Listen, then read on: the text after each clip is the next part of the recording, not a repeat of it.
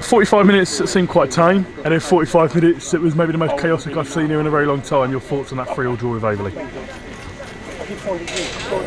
If you'd have asked me first 15, I'd be disappointed to have come away with a draw, because as usual here we come out like a house on fire, hit the crossbar. Irons had a good chance. 5 minutes into the second half, when we go 2-0 down, I would have bit your hand off. It was nice to see Champion Hill off its feet. And I guess actually probably a little bit disappointed we haven't won. Disappointed to concede 3, but then they've scored 3 for 4 games in a row, so they're no kind of mugs with that. But very happy in terms of the comeback,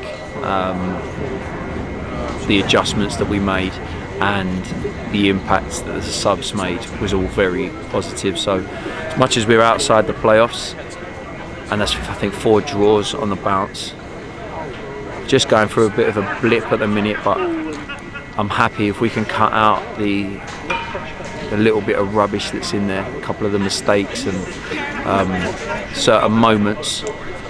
You know, we'll be back to winning ways again, hopefully. And obviously we'll touch on the first kind of big talking point, which is the subs of Amadou, a tidy brace with the headers from him. I'd like to point out I called that substitution about 5 minutes before, so I'm holding myself responsible, but a decent performance off the bench from him. He gives us something different, and at times it's needed. You know, I spoke about it briefly before about when you require control, maybe to require certain personnel, and when you kind of need a little bit of crash bang, wallop and run. Amadou's the perfect man, and you know he's got goals in him. He's got goals in him, and he should probably have more than what he has.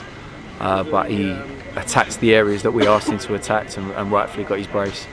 The character of this team is really quite strong. You know, 2-0 down in the first 5-6 minutes of the second half to then come back. That's been really painful to then concede so quickly after the equaliser. There's this aura here on when certain goals go in at certain times that the stuffing just gets knocked out. It happens often when we're in complete control of games and we either go behind or we're winning and it becomes a draw. And yeah, it's just the transition that we probably didn't need to kick when we kicked. We've not dealt with the first ball well enough, and then nor the second, and then the counter, and it just then became pinball, and we don't get goals like that. So that aspect of it was disappointing, but there was enough time left in the game for us to create chances. So yeah, to go and equalise, I think actually was probably deserved. We'll touch then finally on obviously the big one of the night, which is obviously Nyren, 500 appearances. I think now 76 short of the all-time records. Correct, yeah. Oh, thank you for that. See it in the programme. Nyren, you know him well. This football club knows him incredibly well, but how much does that mean to him? Because he's a man of very few words.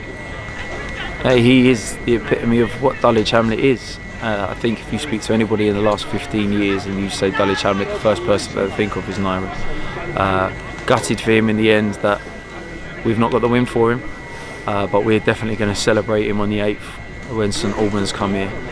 But I'm honoured that he accepted to come back, and I'm honoured that we've been able to kind of give him, you know, I guess that reward of the 500. I actually think ultimately he's probably just a bit disappointed now that we've not got the win, but yeah, long may it continue, and if he carries on in the form he's at, even with the age he's at, he'll be very close to becoming, I think, the all-time appearance record for the club. Perfect, Dacey. We'll leave it there. Thank you, mate.